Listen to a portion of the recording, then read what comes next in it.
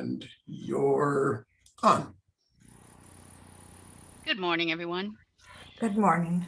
So that you know, if you are not familiar with our service, I'm going to read a contemplative meditation, something for us all to think about and consider. There'll be a minute of silence. Jackson will bring us into the invocation with some music, and after the invocation, he'll reprise the music, and then we'll go to our speaker. What I brought you this morning is from Neville Goddard, and just to give props, I became aware of Neville Goddard about 15 or 20 years ago when Rick St. Charles was speaking at the center. And he always brought me wonderful awareness of writers or mystics I wasn't familiar with. So thank you, Rick. All transformation begins with an intense, burning desire to be transformed. The first step in the renewing of the mind is desire. You must want to be different and intend to be before you can begin to change yourself. Then you must make your future dream a present fact. You do this by assuming the feeling of your wish fulfilled.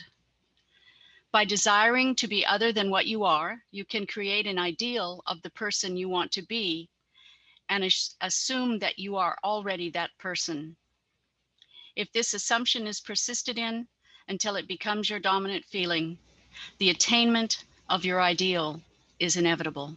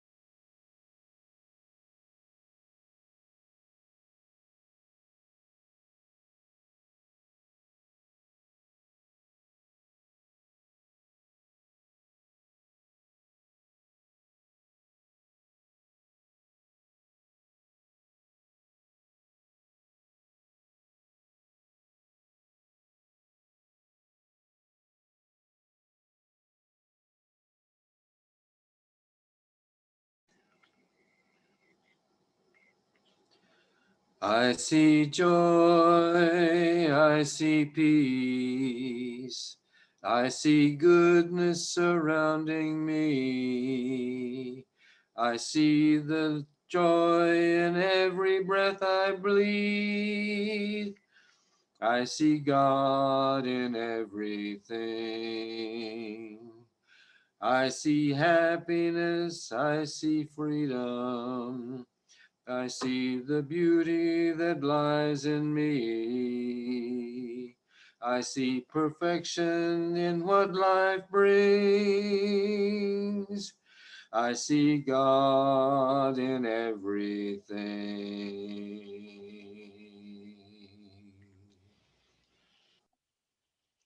So knowing that it is human nature to want to move forward, to transform, to expand, to learn more, to be more, to do more, and to grow in our own spiritual awareness and connection with God. We bring our attention this morning to the idea of transformation. And we know that our world is in a process right now of extreme transformation. And we can accept the new idea, embody it, and hasten its arrival, its appearance, and its experience. And so I invite you to join me this morning in taking a pledge, if you will, to transform ourselves to be better than we are, to be more like we dream of being, aspire to being, and hope to be. To hold that image and that feeling of what life would be like after the transformation now, which, as Neville Goddard pointed out, hastens the arrival of the transformation. And so we all hold our world with our hearts in love, with our minds in joy, and we know that transformation is a process that cannot be stopped, and we join it willingly for the best for all concerned, for the best for humankind, for the best for our earth. And I name it good and very good. And so it is. Amen. I see happiness, I see freedom, I see the beauty that lives in me. I see perfection in what life brings. I see God in everything.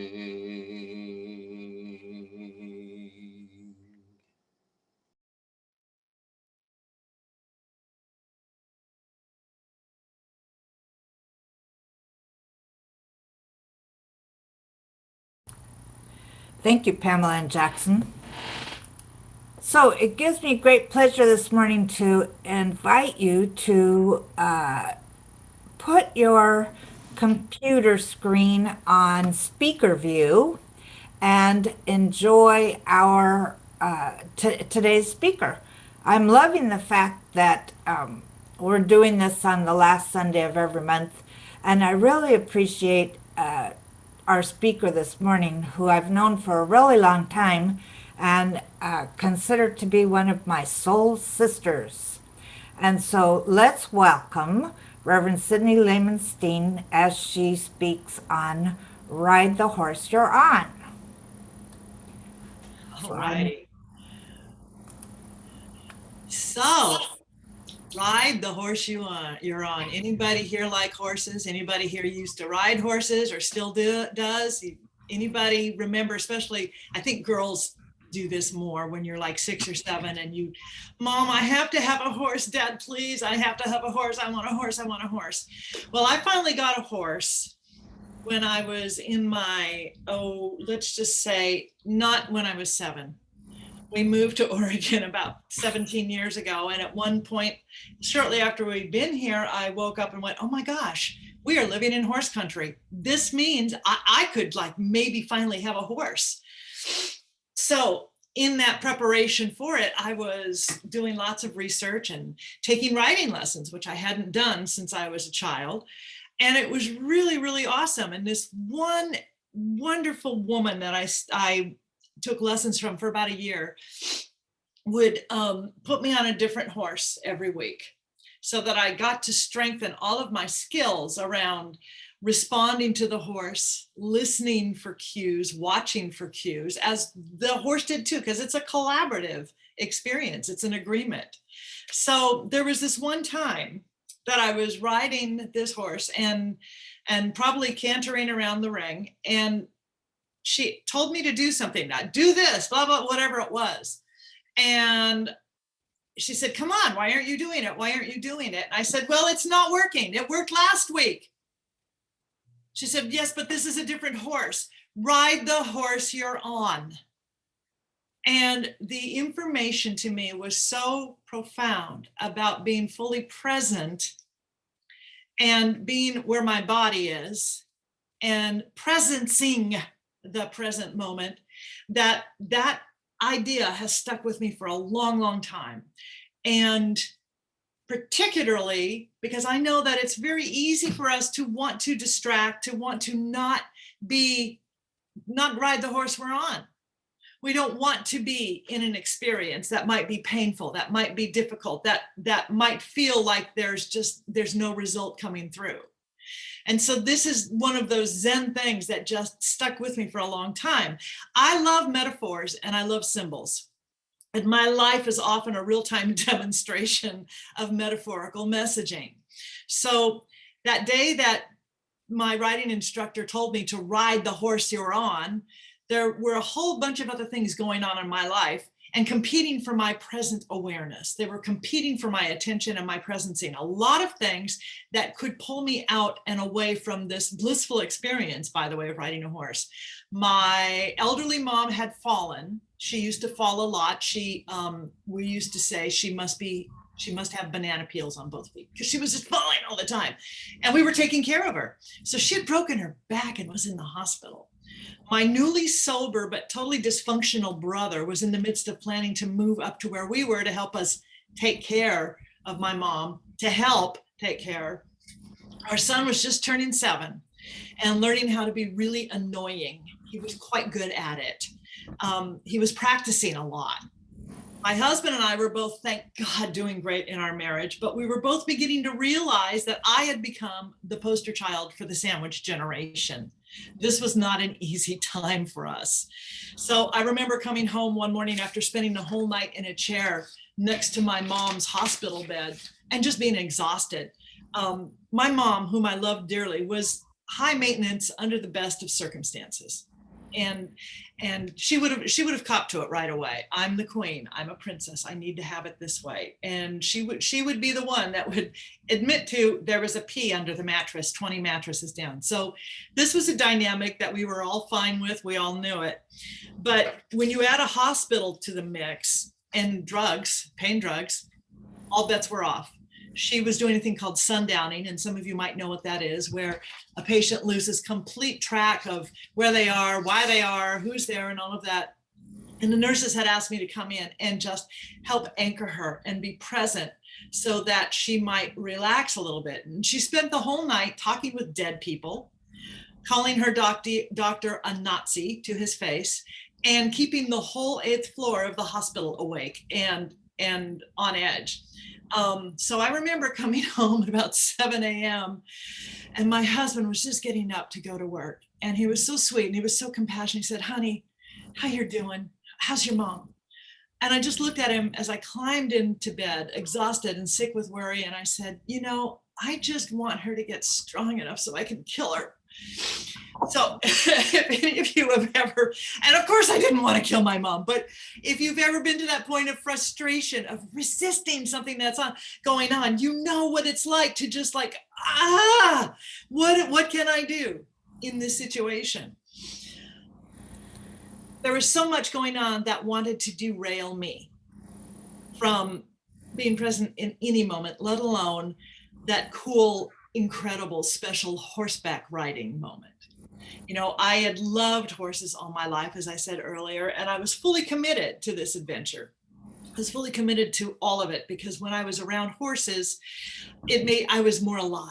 And I really, really enjoyed being connected to this particular field of life's energy. And yet, there I was, wanting my experience of the horse I was riding to be a different experience than what it actually was in the moment. So I think about that a lot lately, and it has served me well in creating my life. It can be really tempting to want something that I'm in the midst of to be different than it actually is. Now, I'm not a Buddhist, but I've done lots of Buddhist reading, and what I understand is I understand what is meant by the idea of accepting what is and not resisting what is. You know, we know this idea, we hear this a lot, that what you resist persists. And in fact, it grows and can become such a powerful, transformative tool, except I know that there are ways to transform without that resistance, without that struggle, without that pain. So anybody here ever want to deny and resist what's going on? COVID? Anybody want to resist that one? Yeah. I think a lot of us got totally shocked and immediately wanted to reject what happened. It was just a year ago that there was something that could happen that could universally stop everything. And yet at the same time, what I'm looking at today is how interesting is it that we have technology, we have incredible medicine, we have so much going on in the world, and a ship stuck in the Suez Canal, which is definitely not a digital experience, has been able to halt trade across the globe. It's actually, it's reassuring that something so simple can still have an effect on who and what we are. That's a big digression. So our acceptance or resistance of what is going on has become, at least in my mind, a very reliable predictor of our ability to assimilate and to navigate a new way of living. and to be in the world. And as Pamela was saying, we're in the midst of great transformation. I think we're always in the midst of great transformation, but this last year has caused us to become more aware and more present to it. We're awake now. Now, the thing is, in New Thought, religious science, we hate being told that we have to accept something, especially if we've decided that it's not expressive of the highest good, la la la, fairy dust, pink unicorns, all of that stuff. We really don't want to accept it because it feels to us like we are resigning to a negative idea. But let us not confuse acceptance with agreement, acquiescence, or resignation. Let us not do that. Acceptance is about being in the present moment and knowing and being willing to be available to exactly what is being called for in that moment. What is being called for? Is it reaction or is it a response? Can it be an evolutionary trigger? Can it be an evolutionary encouragement to grow? Can it be that? So if I accept that an experience is not healthy or isn't working for me, rather, if I accept that the experience is going on and that it doesn't work for me, it allows me to use one of the most powerful tools, which is curiosity. I get to interrogate why it's not working. When I get curious about a condition or a problem or my response to it, my reaction, my feelings around it, I actually create a space, a capacity to become a vehicle for transformation and for healing. So if we stand in mature and open acceptance to what is going on, it doesn't mean that we are saying, okay, I'm defeated, I'm resigning, it's just over. It doesn't mean that. It means that we are choosing to be available now. We're choosing to acknowledge that this actually is going on. And it is not a failure of our metaphysics. It's not a failure of the teaching. In fact, it probably is one of the great gifts that we can have. Because until we look at something and really squarely allow for it to be there, we do not allow for these teachings to really come forth in their full power and their full glory. And that's what we're here to do. We are here to move not from denial to denial, but from glory to glory to glory. You cannot be victorious if you do not choose to have a victorious mindset. And it doesn't mean an enemy out there, which, by the way, is really convenient. That's one of the reasons we like to resist the idea of acceptance, because if we can still blame it on something or someone, then we actually don't have to do the work to change. Well, it's out of my hands. It's out of my hands. I let the, no, we don't get to do that. We're awake now. What we resist does persist. And I was thinking about this because we're also right now not just experiencing Palm Sunday, but Passover began Friday night.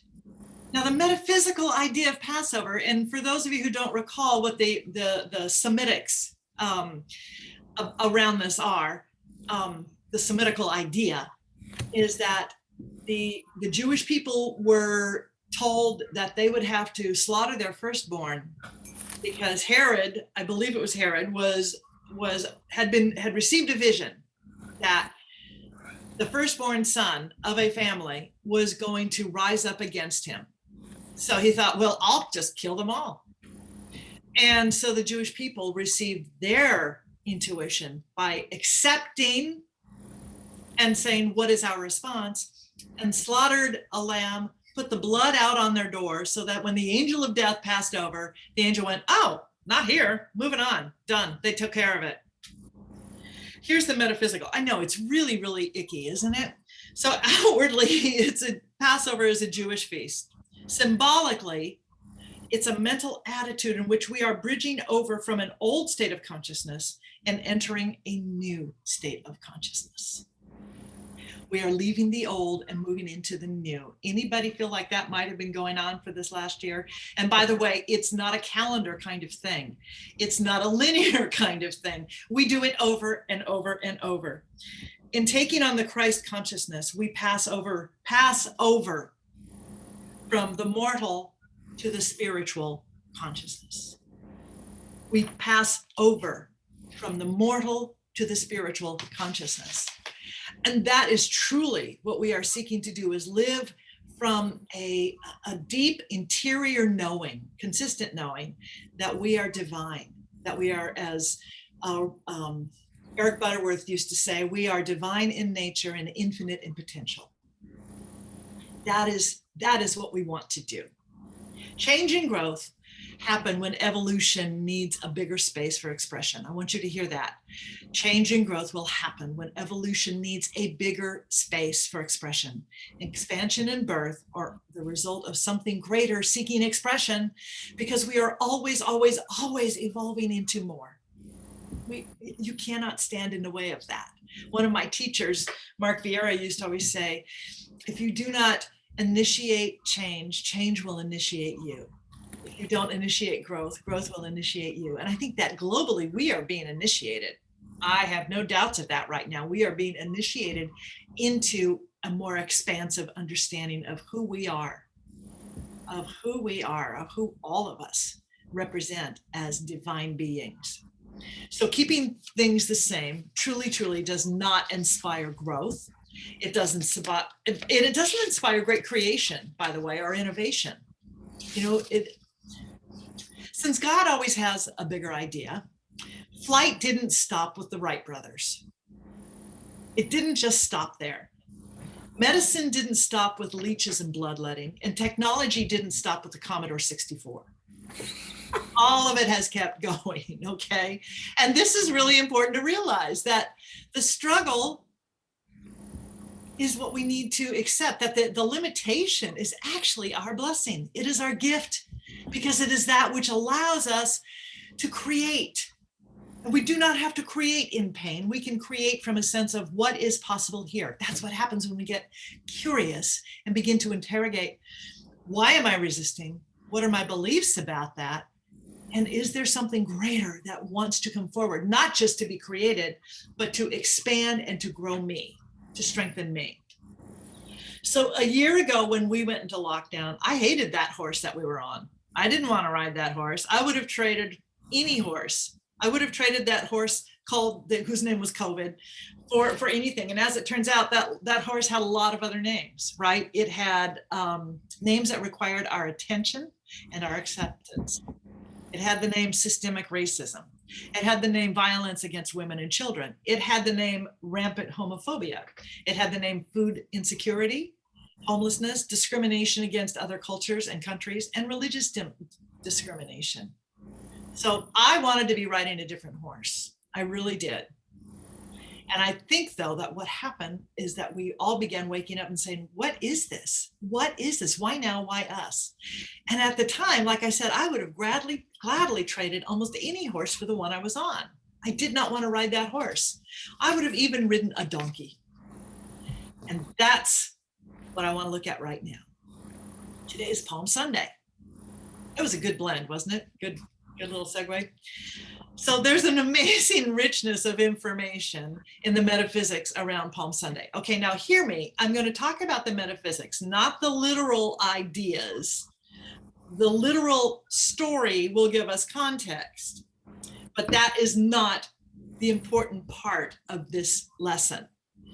So we get lost in the metaphysics of Palm Sunday. It always is sort of like an ugly stepbrother to Easter, because we really get caught up in Easter. And if we have kids, we want to do the eggs, we want to do all the candy and the peeps and the whole thing. And we also can get distracted by seeing what other churches are doing. And many churches get really, really stuck on the cross and forget that there's a whole other context around this, which is expanding into a greater idea, by the way. That's how I feel about it, but that's just me. But we get lost in that. So let me set the scene for the story about Palm Sunday. Jesus, the Christ, or I prefer to say Jesus, a Christ, because I know you all know that Christ was not his last name.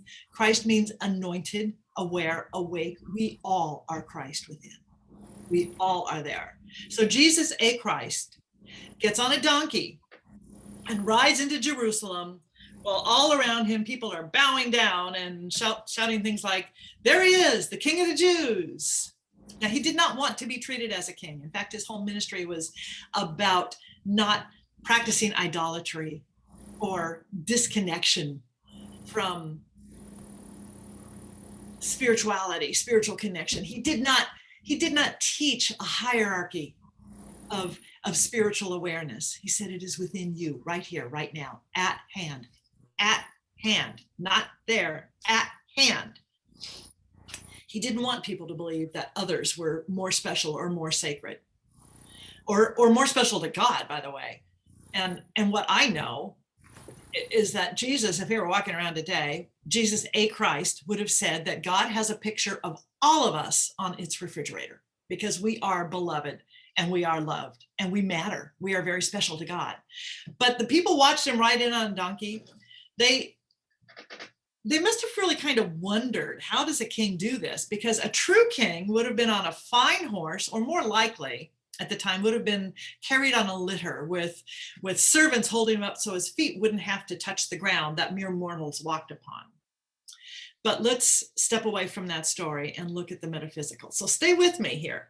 It might feel like it gets a little deep, but I'm going to try and make it fun, okay?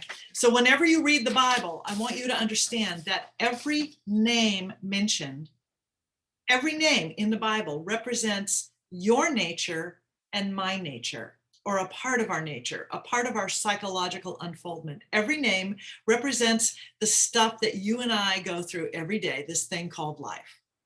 So whether it's Adam or Eve, Abraham or Mary, Herod, Judas, or Jesus, all of those characters populate us as psychological qualities within. And they can happen at any time. We all have a Judas nature. We all have an Adam nature.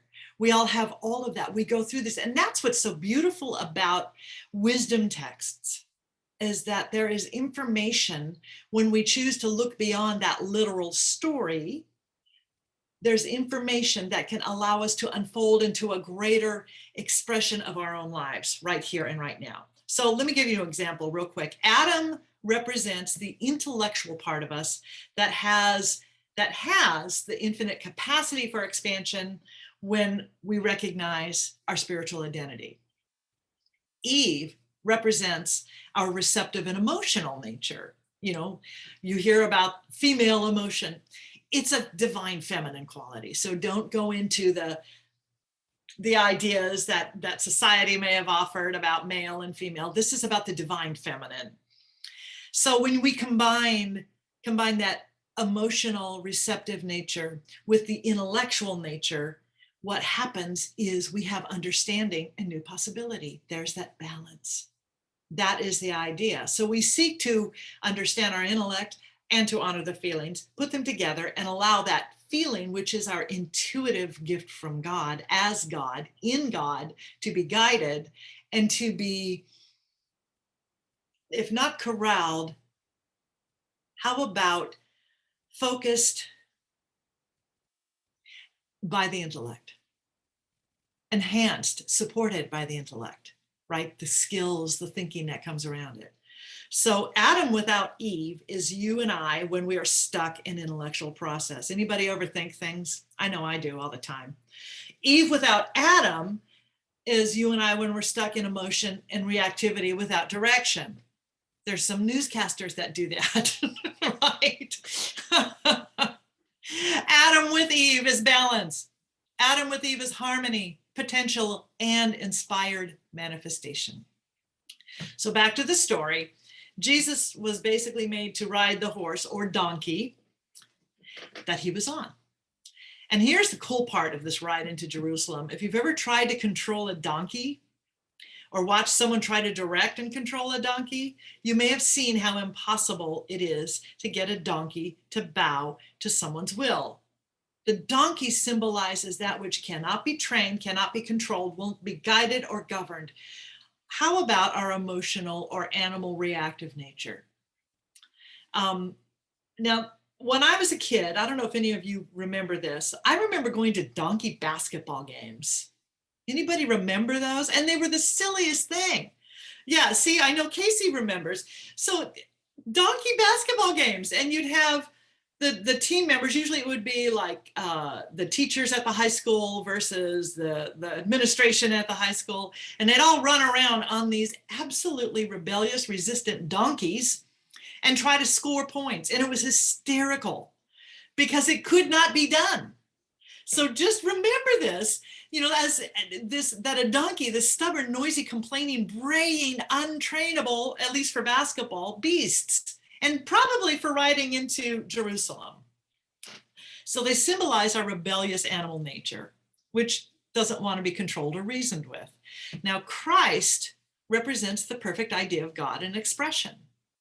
Jesus represents the manifest part of that idea in expression. So without the Jesus, without the form, there is no expression, which is why you and I are here.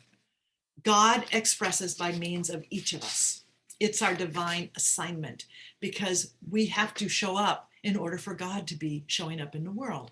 That is why these human bodies are so important. We often say that I am a human being, I'm a spiritual being having a human experience. And I have to tell you, I disagree with that statement so much. I know that I am a spiritual being living in a spiritual world governed by spiritual laws. Now hear this, I am a spiritual being, you are a spiritual being, living in a spiritual world governed by spiritual laws. That's very important. So Jesus Christ is the union of God's idea. You and I are the union of God's idea and God's expression. So in other words, this character of illumination, connection, and substance, that means you and me, we are God's demonstration of perfect consciousness. Now, any of you who have taken the classes with Reverend Angelica, Foundations, or prayer, anything that, and I know she talks about demonstrations, and we demonstrate according to our consciousness, according to that which we know is possible. And Pamela talked about Neville Goddard, who, by the way, if you like Wayne Dyer, you're going to love Neville Goddard because Wayne got his stuff from Neville. And I have sitting across from me, actually hanging on the wall, I have something I've had for years and years. And Wayne used to say this, but it came from Neville. When you change the way you look at things, the things you look at change. And that's exactly what we're talking about. So Jesus on a donkey is all about accepting that which we would rather resist and to remain in conscious awareness, stay awake, of who we are as spiritual beings, regardless of the circumstances, regardless of the conditions, regardless of the barge stuck in the Suez Canal, regardless of the availability or not this week or next of your COVID vaccine, regardless of what's going on in the world. You and I are to remain aware and still in dominion of our emotional natures. And we do that when we choose to know who we are and live from that knowing. So now let's just keep it interesting, by the way. The palm trees in the story, the palm leaves, so palm trees themselves are physical expressions of our unlimited source of strength. If you've ever seen a palm tree in a storm, it tends to bend, it's strong, and yet it's flexible, right? It doesn't snap off in resistance. It accepts and moves with that flow of weather. So when the palm leaves covered the ground on which the donkey walked, Jesus was literally, physically being reminded of his own ground of being. It is the ground of being upon which we walk. So let's put it all together. Jesus on a donkey, walking on palm leaves into the city of Jerusalem. Oh yeah, to die, by the way. But to die to a greater expression, to die to a greater expression. He lived as that metaphor of moving into a greater expression. So let's make it personal. Infinite spirit expressing as you and me, navigating the unpredictable experiences of life and always being pushed to know that we are more, being pushed to know that we are limitlessly and constantly sourced by the power, the presence, the wisdom, and the strength of God. of spirit, of universal life, of whatever you choose to call that essence, that which we live and move and have our being. And by the way, it lives and moves and has its being by means of us. So the cherry on this Sunday, by the way, is that Jerusalem means habitation of peace. It is that spiritual center within us that is peace beyond all understanding or even personality. It's the truth of who we are. It is the peace. It is the peace. You and I, the Prince of Peace. We are the central characters of the Palm Sunday story. We are localized versions of infinite mind energy.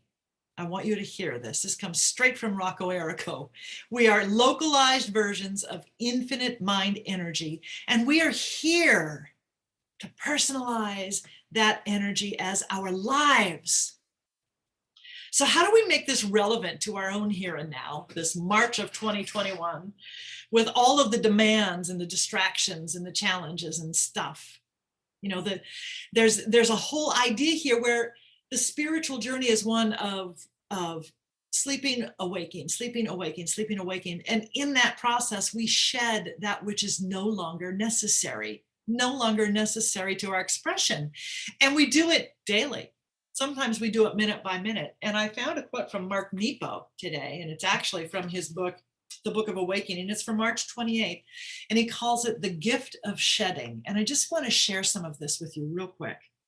From the beginning, the key to renewal has been the casting off of old skin. It has been the casting off. In essence, shedding opens us to self-transformation. So Michael Beckwith has said that where there appears to be a human aberration, there lies beneath it a spiritual aspiration. That means that the solution is always present within that which we call the problem. The answer is already there. Ernest Holmes wrote that there is that within us which partakes of the nature of the divine being. And since it partakes of that nature, we are divine. We are divine. This horse that we're on requires our full commitment. It really does. And here's the thing, I don't make the spiritual laws. I'm not even an enforcer. I just share them. I don't make this stuff up. Who can make this up? I'm reminded of the difference, by the way, between involvement and commitment when I think about eggs and bacon, right? The chicken was involved, but the pig was committed. You and I are creations of no less than God. We come from infinite stuff. And while we often may hear that God is everywhere equally present, we forget sometimes that we are also that same presence in, as, and around us. We lose that as thing. We are that. It is up for us to become awake and active stewards of our own consciousness. Richard Rohr wrote in Universal Christ, contemplation is waiting patiently for the gaps to be filled in. It does not insist on quick closure or easy answers. And that's why we talk so much about our spiritual practices. So here's your assignment. We want to be able to move into this world conscious of our full grounding, our full power, our full presence, our full capacity to express spirit. So our assignment is to wake up and to strive to cultivate the deepest awareness possible of who and what we are, of who and what you are. We do this by meditating. If you aren't meditating now and studying daily, agree to commit to start doing it 5 minutes every day minimum. And if you are meditating and studying every day, double down, triple down, do more. This world needs us to ride this horse and to be more fully open and available to transformation. And it's a glorious, glorious experience of moving into the new, dying to the old, and stepping away from that cross of suffering. We do not have to suffer. In fact, the idea is that the cross, the vertical, represents our firm, absolute, unassailable connection with the divine. This here is the earthly experience. We put them together we are always divine, regardless of what is going on here. We are always divine. So step away from that cross. As Dolly Parton said, get off the cross. Somebody else needs the wood. And so it is time for us to stay off of that cross. We don't need it. Commit to being a channel for love, for compassion, for kindness and peace. You know, Emerson wrote, God will not have his work made manifest by cowards. Ride the horse you're on. You are no less than God, and so much more than you will ever know unless you say yes to this magnificent adventure, which is your life. Let's pray. So we just breathe in now, a conscious, loving, open, full, available awareness to the recognition that God is all there is, that there is one power, one presence, and it surrounds and fills each of us. It is that which is both creator and created, source and substance. It is that which authors all life, keeps the planets in their rotation, keeps the sun rising and setting, keeps the tides rising and falling. It is the beauty of the universe. It is the beauty of a baby's cry. It is the beauty of a leaf on a tree. It is all of that, and it is the truth of who and what we are. And I know that I am part of, I partake of this. I am one of, I live and move, and I'm saturated by this. I swim in it, and I know that for each of us here. And I know that as we declare and accept our divine nature, we bless this idea of acceptance so that it includes all that we need to know in order to move forward in victory, in glory, in delight, in celebration and in joy, because we are God's celebration of itself. And we choose to say yes to committing to celebrate that. We choose to say yes to releasing that which is not God's celebration any longer. We choose to say yes to new beliefs that absolutely lift us up, that bless us, and that hold this knowing of wholeness for the entire planet. So I am grateful for this. And I know that as we go forth in the world, each of us is a blessing to this world, for we have certainly lifted the vibration today in this time. And I know that we go forth and our energy, our knowing, our consciousness serves as ripples in the stream of humanity. And that absolutely life is serving us, and we serve life, and it is good and very good, and yahoo, it is awesome. So with gratitude, I release this word to law, knowing it is already so. And together we say, and so it